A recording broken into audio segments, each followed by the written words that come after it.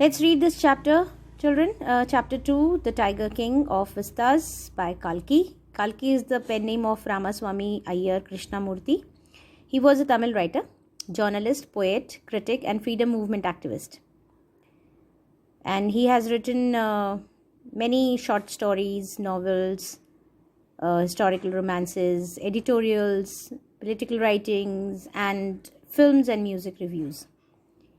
And he has received the Sangeeta Kalasikami Award by the Indian Fine Arts Society in 1953. Now, this story is a satire on the false pride and conduct of the people in power during British times. The author transports the reader to the days of autocratic and eccentric kings who dominated their subjects but lived under a constant fear of the British. The author has added traces of supernatural element also here and there, which is sometimes very hard to believe, but it adds humor to the atmosphere. And the end of the chapter has an ironical twist.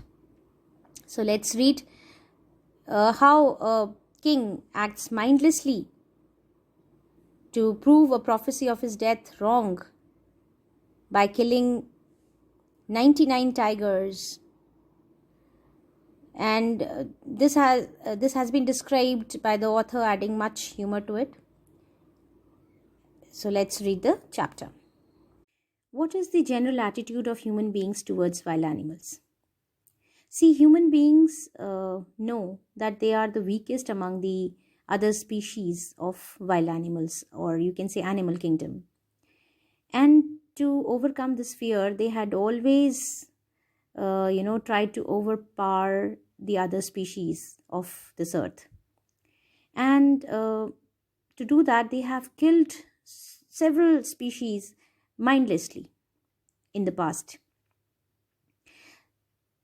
So much so that now many species are at the verge of extinction.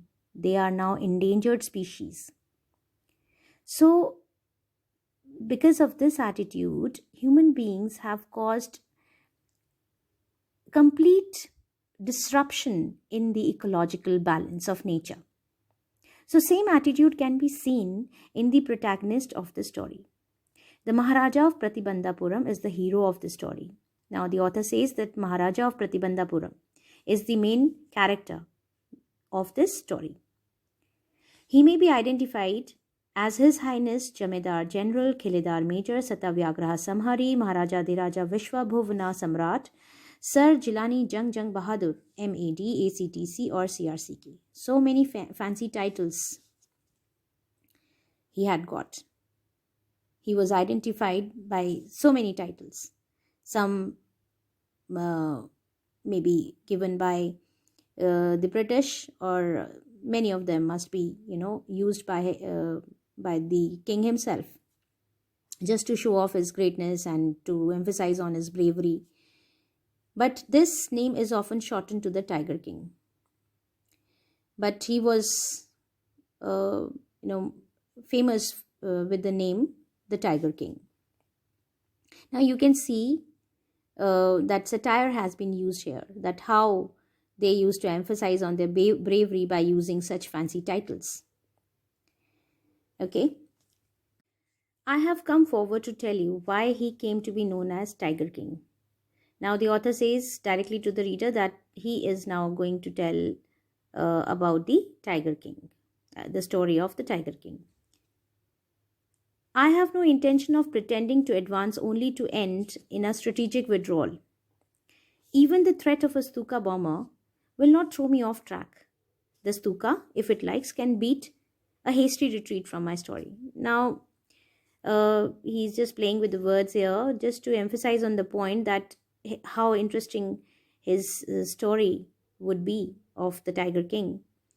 And nothing can stop him to tell the story to the readers, because he is not going to break any promise of telling the story of the Tiger King to the readers.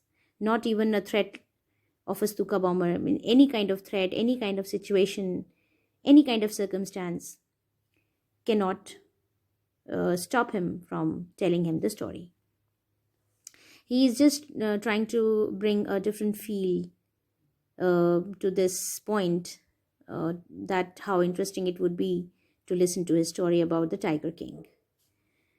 Right at the start, it is imperative to disclose a matter of vital importance about the Tiger King.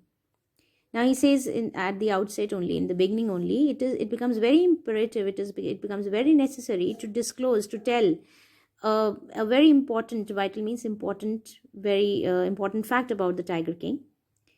Everyone who reads of him, that means whoever comes to know about his story, will experience the natural desire to meet a man of his indomitable courage. Such man, everybody, whoever reads about him, wants to meet him, wants to see him face to face. A man with such great courage, indomitable means which cannot be conquered, which cannot be subdued, invincible. So a man of such courage and bravery, so every reader, every person who would know about him or read about him would like to meet him. But there is no chance of its fulfillment. But that desire cannot be fulfilled. As Bharat said to Ram about Dashrath, when Bharat had gone to meet Ram in Ramayana, he told Ram about Dashrath, that Dashrath, their father, was no more. So same thing. Now that same desire of the reader or anybody who wants to meet the Tiger King, that desire cannot be fulfilled now. Why? Because the Tiger King has reached that final abode of all living creatures. Final abode means heaven. That means he is no more. He has died.